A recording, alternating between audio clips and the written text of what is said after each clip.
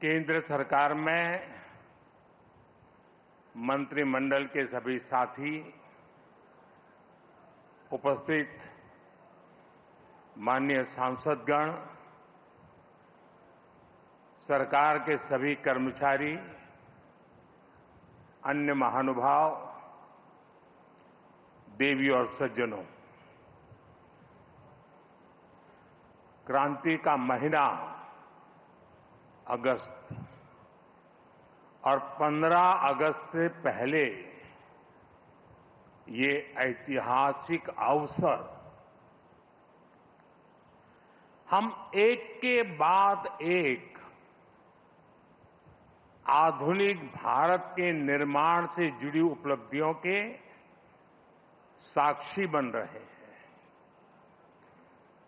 यहां राजधानी दिल्ली में ही कर्तव्य पथ,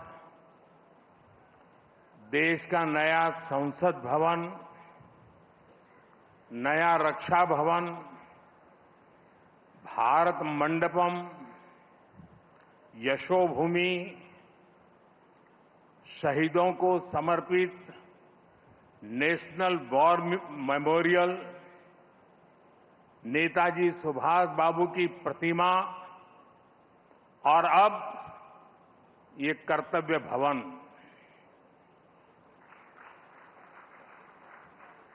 ये केवल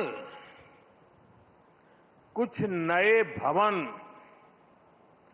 और सामान्य इंफ्रास्ट्रक्चर नहीं है। अमृत काल में इन्हीं भवनों में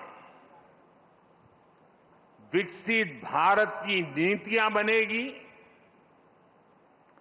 विकसित भारत के लिए महत्वपूर्ण निर्णय होंगे। आने वाले दशकों में यहीं से राष्ट्र की दिशा तय होगी। मैं आप सभी को और सभी देशवासियों को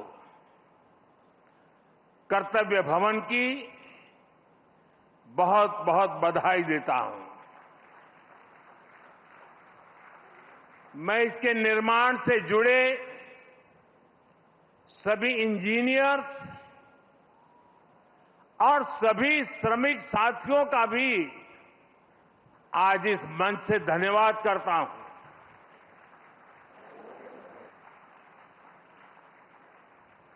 साथियों, हमने इस इमारत को बहुत मंथन के बाद कर्तव्य भवन नाम दिया है। कर्तव्य पथ, कर्तव्य भवन, ये नाम हमारे लोकतंत्र की, हमारे संविधान की मूल भावना का उद्घोष करते हैं। गीता में भगवान श्री कृष्ण ने कहा है, न मे पार्थ अस्ति कर्तव्यम त्रिषु लोकेषु किंचन नानवाप्तम अवाप्तव्यम वर्त एव च कर्मणि। अर्थात हमें क्या प्राप्त करना है, क्या प्राप्त नहीं करना है, इस सोच से ऊपर उठकर हमें कर्तव्य भाव से कर्म करना चाहिए। कर्तव्य भारतीय संस्कृति में ये शब्द केवल दायित्व या रिस्पॉन्सिबिलिटी तक सीमित नहीं है। कर्तव्य हमारे देश के कर्म प्रधान दर्शन की मूल भावना है। स्व की सीमा से परे सर्वस्व को स्वीकार करने की विराट दृष्टि, यही कर्तव्य की वास्तविक परिभाषा है। और इसलिए कर्तव्य ये सिर्फ इमारत का नाम भर नहीं है, ये करोड़ों देशवासियों के सपनों को साकार करने की तपोभूमि है।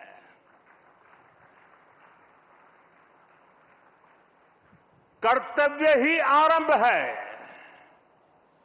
कर्तव्य ही प्रारब्ध है। करुणा और कर्मठता के स्नेह सूत्र में बंधा कर्म, वही तो है कर्तव्य। सपनों का साथ है कर्तव्य, संकल्पों की आस है कर्तव्य, परिश्रम की पराकाष्ठा है कर्तव्य, हर जीवन में ज्योत जला दे वो इच्छा शक्ति है कर्तव्य। करोड़ों देशवासियों के अधिकारों की रक्षा का आधार है कर्तव्य। मां भारती की प्राण ऊर्जा का ध्वजवाहक है कर्तव्य। नागरिक देवो भव के मंत्र का जाप है कर्तव्य। राष्ट्र के प्रति भक्ति भाव से किया हर कार्य है कर्तव्य। साथियों, आजादी के बाद दशकों तक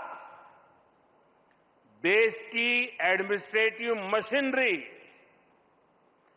उन बिल्डिंगों से चलाई जाती रही है जो ब्रिटिश शासनकाल में बनी थी। आप भी जानते हैं,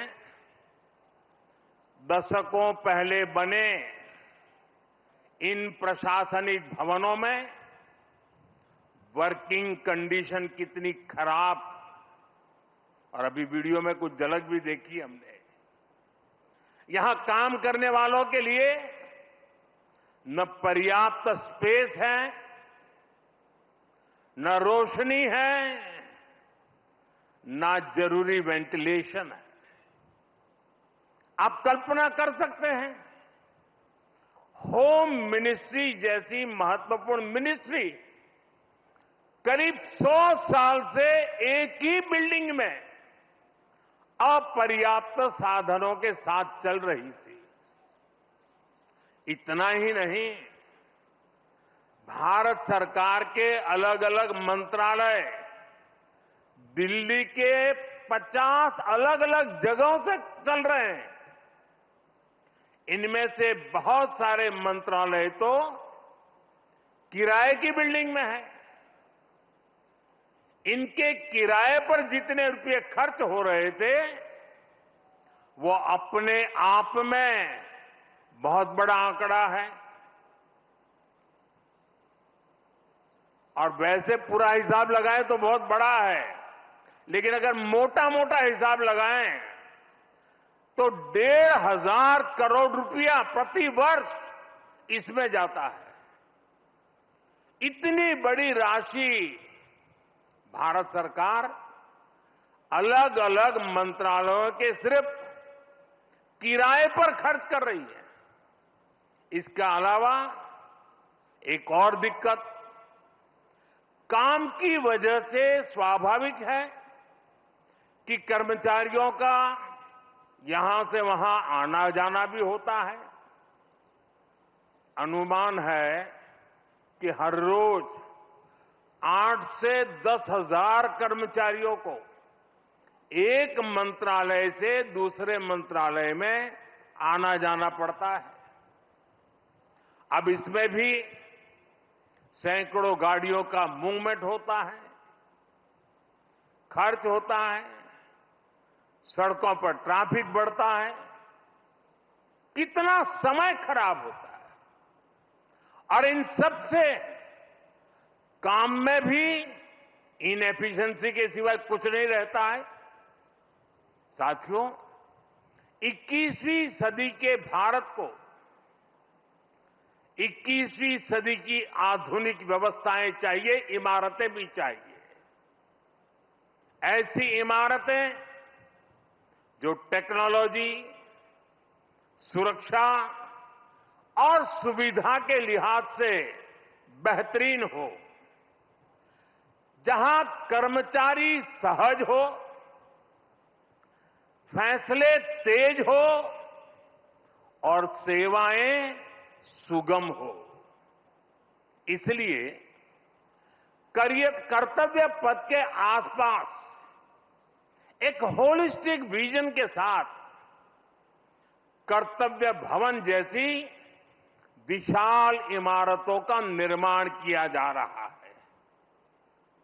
ये तो पहला कर्तव्य भवन पूरा हुआ है। अभी कई कर्तव्य भवनों का निर्माण तेजी से चल रहा है।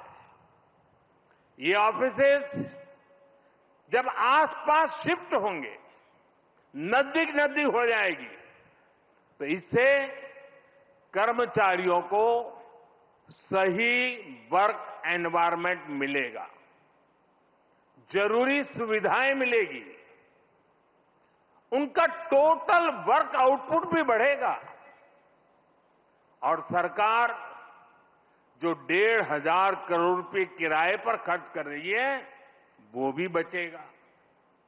साथियों, कर्तव्य भवन की ये भव्य बिल्डिंग, ये सभी प्रोजेक्ट्स, नए डिफेंस कॉम्प्लेक्स, देश के तमाम बड़े इंफ्रास्ट्रक्चर प्रोजेक्ट्स, ये देश को पेश का सबूत तो है ही, ये भारत के वैश्विक विजन का प्रतिबिंब भी है। हम दुनिया को जो विजन दे रहे हैं, भारत खुद उन्हें किस तरह अंगीकार कर रहा है, ये हमारे इंफ्रास्ट्रक्चर डेवलपमेंट में दिखाई दे रहा है। हमने दुनिया को मिशन लाइफ दिया, हमने वन अर्थ, वन सन, वन ग्रिड का आइडिया विश्व के सामने रखा। ये वो विजन है जिनसे मानवता के भविष्य की उम्मीद जुड़ी है। आज आप देख सकते हैं, कर्तव्य भवन जैसे हमारे आधुनिक इंफ्रास्ट्रक्चर, ये ऐसे इंफ्रास्ट्रक्चर हैं जिनकी आत्मा प्रो पीपल है और इनका स्ट्रक्चर प्रो प्लेनेट है। कर्तव्य भवन में भी रूफटॉप पर सोलर पैनल्स लगाए गए हैं। वेस्ट मैनेजमेंट के लिए एडवांस सिस्टम को इसमें इंटीग्रेट किया गया है। ग्रीन बिल्डिंग्स का विजन अब भारत में विस्तार ले रहा है। साथियों, हमारी सरकार एक होलिस्टिक विजन के साथ भारत के नवनिर्माण में जुटी है। देश का कोई भी हिस्सा आज विकास की धारा से अछूता नहीं है। अगर दिल्ली में संसद की नई इमारत बनी है तो देश में 30,000 से ज्यादा पंचायत भवन भी बने हैं। आज यहां एक और कर्तव्य भवन जैसी बिल्डिंग बन रही है तो साथ ही गरीबों के लिए 4 करोड़ से ज्यादा पक्के घर भी बनाए गए हैं। यहां नेशनल वॉर मेमोरियल बना है, पुलिस मेमोरियल बना है, तो देश में 300 से ज्यादा नए मेडिकल कॉलेज भी बनाए गए। यहां भारत मंडपम बना है तो देश में 1300 से ज्यादा नए अमृत भारत रेलवे स्टेशन भी बनाए जा रहे हैं। यहां बने यशोभूमि की भव्यता पिछले 11 साल में बने करीब 90 नए एयरपोर्ट में भी नजर आती है। साथियों, महात्मा गांधी कहते थे, अधिकार और कर्तव्य एक दूसरे से जुड़े हुए हैं। कर्तव्य के पालन से ही हमारे अधिकारों को बल मिलता है। हम नागरिक से कर्तव्य की अपेक्षा रखते हैं, लेकिन सरकार के तौर पर हमारे लिए भी कर्तव्य सर्वोपरि है। और जब कोई सरकार अपने कर्तव्यों को गंभीरता से पूरा करती है तो वो गवर्नेंस में भी नजर आता है। आप सभी जानते हैं, पिछला एक दशक देश में गुड गवर्नेंस का दशक रहा है। गुड गवर्नेंस और विकास की धारा रिफॉर्म्स की गंगोत्री से ही निकलती है। रिफॉर्म्स एक कंसिस्टेंट और टाइम बाउंड प्रोसेस है। इसलिए देश ने लगातार बड़े रिफॉर्म्स किए हैं। हमारे रिफॉर्म्स कंसिस्टेंट भी हैं, डायनेमिक भी हैं और दूरदर्शी भी है। सरकार और जनता के बीच संबंधों को बेहतर बनाना, ईज ऑफ लिविंग को बढ़ाना, वंचितों को वरीयता, महिलाओं का सशक्तिकरण, सरकार की कार्यप्रणाली को बेहतर बनाना, देश लगातार इस दिशा में इनोवेटिव तरीके से काम कर रहा है। हमें गर्व है कि पिछले 11 साल में देश ने एक ऐसी शासन प्रणाली विकसित की है जो पारदर्शी है, संवेदनशील है और सिटीजन सेंट्रिक है। साथियों, मैं दुनिया के जिस भी देश में जाता हूं, वहां जनधन, आधार और मोबाइल जेम ट्रिनिटी की बहुत चर्चा होती है। दुनिया भर में उसकी प्रशंसा होती है। इसने भारत में सरकारी योजनाओं की डिलीवरी को ट्रांसपेरेंट और लीकेज फ्री बना दिया है। आज कोई भी ये जानकर हैरान रह जाता है कि देश में राशन कार्ड हो, गैस सब्सिडी पाने वाले हो, स्कॉलरशिप हो, ऐसी अलग अलग योजनाओं के करीब 10 करोड़ लाभार्थी ऐसे थे। ये आंकड़ा सुनकर के चौंक जाओगे। 10 करोड़ लाभार्थी ऐसे थे जिनका कभी जन्म ही नहीं हुआ था। इनके नाम पर पहले की सरकारें पैसे भेज रही थी और वो पैसा इन फर्जी लाभार्थियों के नाम पर बिचौलियों के खाते में जा रहा था। इस सरकार में इन सभी 10 करोड़ फर्जी नामों को हटा दिया गया है और अभी ताजा आंकड़ा है कि इससे देश के 4,30,000 करोड़ रुपए से ज्यादा, 4,30,000 करोड़ रुपए से ज्यादा ये पैसे गलत हाथों में जाने से बचे हैं। आप कल्पना करिए, 4,30,000 करोड़ रुपए की चोरी। अब ये पैसा देश के विकास में काम आ रहा है। मतलब लाभार्थी भी खुश हैं और देश का संसाधन भी बचा है। साथियों, सिर्फ करप्शन और लीकेज ही नहीं, अनावश्यक नियम कायदे भी नागरिकों को परेशान करते हैं। इनसे सरकार की डिसीजन मेकिंग प्रोसेस स्लो होती थी। इसलिए हमने 1500 से ज्यादा पुराने कानून समाप्त कर दिए। कई कानून तो अंग्रेजों के जमाने के थे, जो इतने दशकों बाद भी रोड़ा बने हुए थे।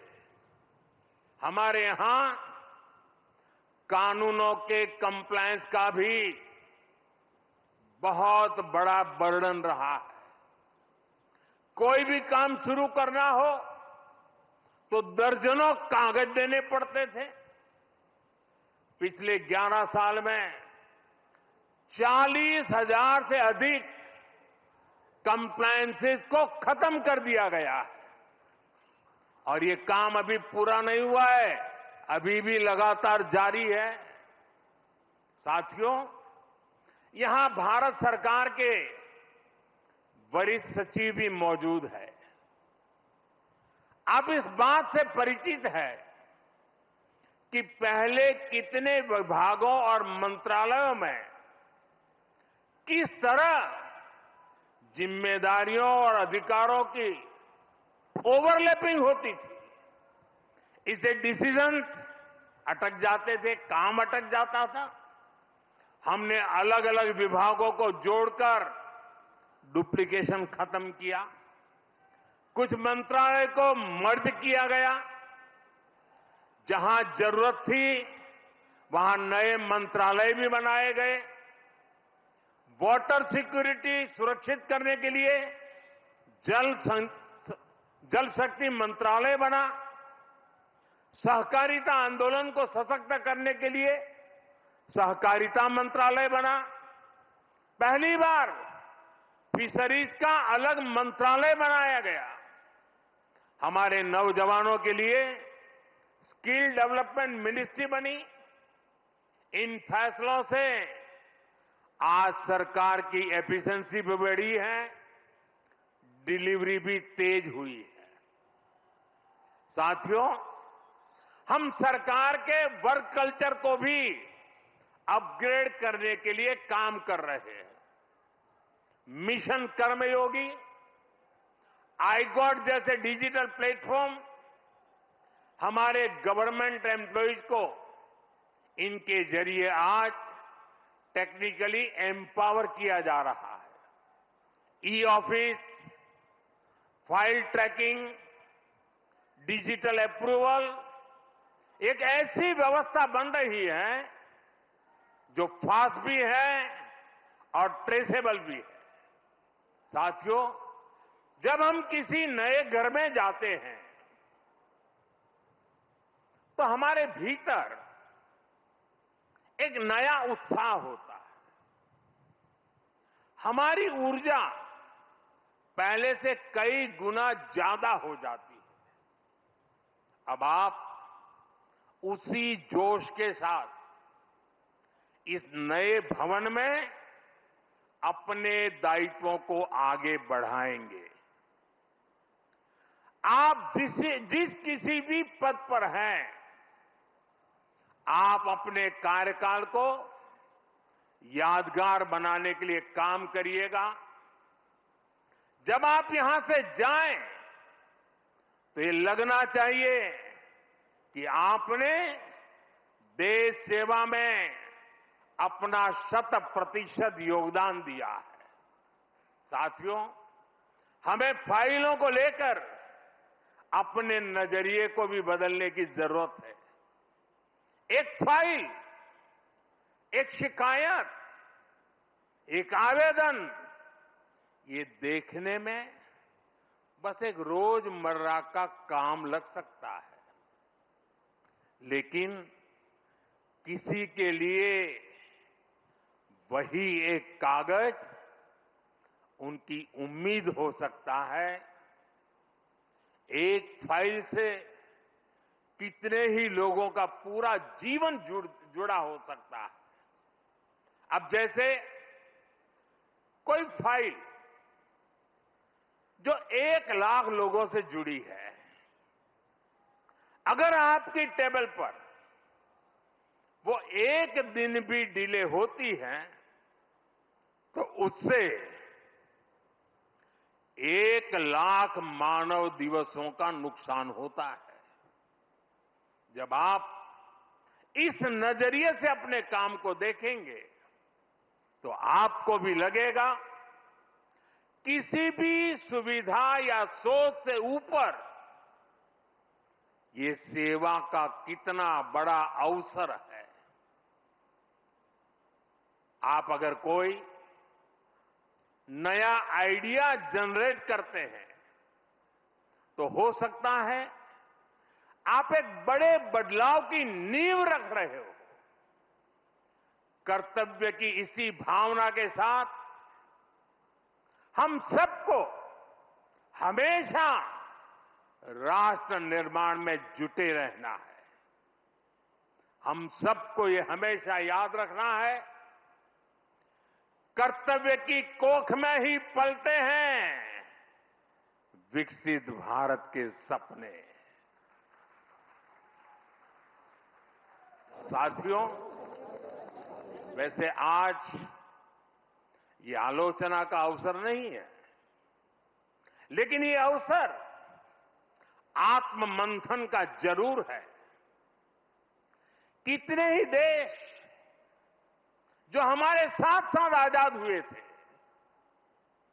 वो इतनी तेजी से आगे बढ़ गए, लेकिन भारत तब उस गति से आगे नहीं बढ़ पाया। अनेक वजह रही होगी, लेकिन अब हमारा दायित्व है कि हम समस्याओं को आने वाली पीढ़ियों के लिए छोड़ करके न जाएं। पुराने भवनों में बैठकर हमने जो निर्णय लिए, जो नीतियां बनाई, उनसे 25 करोड़ देशवासियों को गरीबी से निकालने का हौसला मिला। 25 करोड़ लोगों का गरीबी से बाहर आना ये एक बहुत बड़ी सिद्धि है। लेकिन मैं हर काम के बाद भी कुछ न कुछ नया ही सोचता रहता। हम नए भवनों में ज्यादा एफिशिएंसी के साथ हमारी एफिशिएंसी बढ़ा करके जितना ज्यादा हम देश को दे सकते हैं, उस मिजाज से इस नए भवन में हम वो काम करके दिखाएंगे कि भारत को गरीबी से पूरी तरह मुक्त करना है।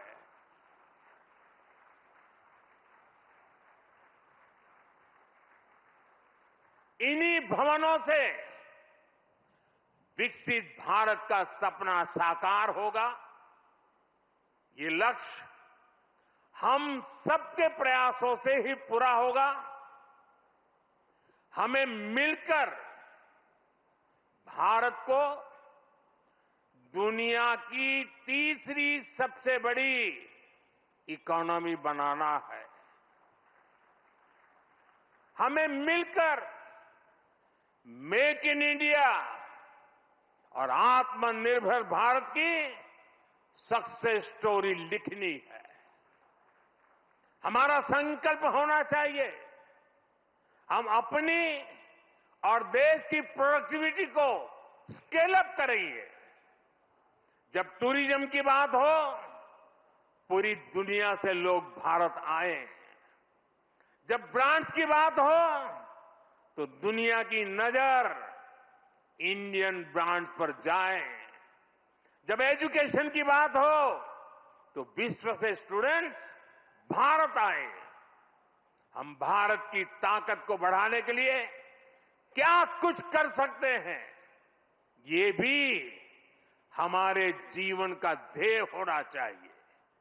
साथियों, जब सफल राष्ट्र आगे बढ़ते हैं, तो अपनी सकारात्मक विरासत को त्यागते नहीं हैं, वो उसे संरक्षित करते हैं। आज विकास और विरासत के इसी विजन पर हमारा भारत आगे बढ़ रहा है। नए कर्तव्य भवन के बाद ये नॉर्थ और साउथ ब्लॉक भी भारत की महान विरासत का हिस्सा बनेंगे। नॉर्थ और साउथ ब्लॉक को देश की जनता के लिए युगे युगीन भारत इस संग्रहालय के रूप में बदला जा रहा है। देश का हर नागरिक यहां जा सकेगा, देश की ऐतिहासिक यात्रा के दर्शन कर सकेगा। मुझे विश्वास है हम सब यहां की विरासत को, यहां की प्रेरणाओं को साथ लेकर कर्तव्य भवन में प्रवेश करेंगे। मैं एक बार फिर देशवासियों को कर्तव्य भवन की बहुत बहुत बधाई देता हूं। बहुत बहुत धन्यवाद।